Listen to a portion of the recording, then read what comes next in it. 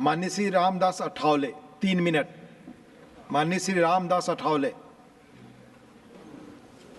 उपसभापति महोदय, जो दिल्ली में घटना घटी है ये बहुत बड़ी दुर्भाग्यपूर्ण है।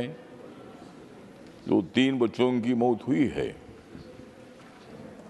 अपने माँ बाप को छोड़कर दिल्ली में आए हुए बच्चों की मृत्यु हुई है, इसके लिए कौन जिम्मेदार है?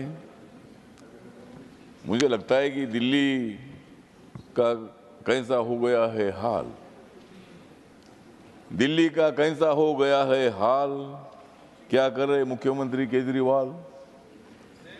केजरीवाल तो है जेल, केजरीवाल जी तो है जेल, और संजय सिंह आते हैं वेल।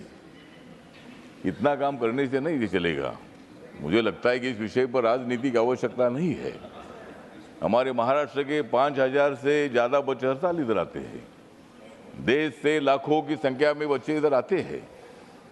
वहीं से जो कोचिंग सेंटर्स है, उस कोचिंग सेंटर को परमिशन का कोई प्रावधान है क्या? कोचिंग सेंटर को परमिशन देने की आवश्यकता है। बेसमेंट में मतलब इसी तरह की लाइब्रेरी वहाँ होती है। वहाँ 3 बच्चे तो मर गए, लेकिन उसमें 35 लोग बच गए, मतलब उसमें से। लेकिन इसी तरह हादसे होते रहेंगे तो हमारा क्या होगा? देश काल का क्या होगा? बच्चों का भविष्य क्या होगा? और इसीलिए मुझे लगता है कि ऐसे कोचिंग सेंटर को परमिशन देने का प्रावधान होना चाहिए। हमारे एचआरडी मिनिस्ट्री के माध्यम से हो या स्टेट गवर्नमेंट के माध्यम से हो, लेकिन इसी तरह बच्चों के बारे में हादसा होना अच्छी बात नहीं है। इसलिए मैं इतना ही बताना चाहता हूं कि जो ड्रेनेज सिस्टम है, या पानी एकदम अचानक आता है। मैं मुंबई में रहता हूँ, बांद्रा में। माननीय उद्धव ठाकरे जी भी या हमारे राव जी बैठे हैं।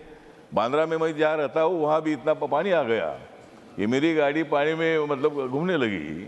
और अभी मेरी गाड़ी 3 महीना में उधर गैरेज में है। तो मतलब मुंबई का भी ऐसा हाल है, दिल्ली का भी ऐसा हाल है। तो इसी तरह ड्रेनेज सिस्टम को मतलब अगर एकदम अचानक बारिश आती है, हमारे महाराष्ट्र की तो हालत ऐसी है कि गाँव-गाँव में पानी घुस गया है। इसलिए बाबा साहब अम्बेडकर जी ने नदी जोड़ने का प्रोग्राम भी पहले बताया था कि ज़्यादा पानी आएगा तो जहाँ कम पानी है वहाँ वो पानी जाना चाहिए, और वहाँ पूर्व की परिस्थिति निर्माण नहीं होनी चाहिए। उधर भी ध्यान देने की आवश्यकता है।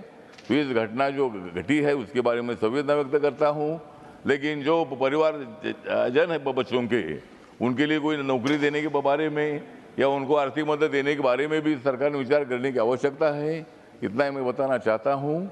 और 3 बच्चों को मैं आदरांजलि अर्पित करते हुए उनके फैमिली के दुख में मेरी जो रिपब्लिकन पार्टी है, रिपब्लिकन पार्टी ऑफ इंडिया की तरफ से हम उनके दुख में शामिल होते हैं। इतना ही बोलकर मैं मेरे 2 शब्द खत्म करता हूँ। जय भीम, जय भारत। Thank you honourable.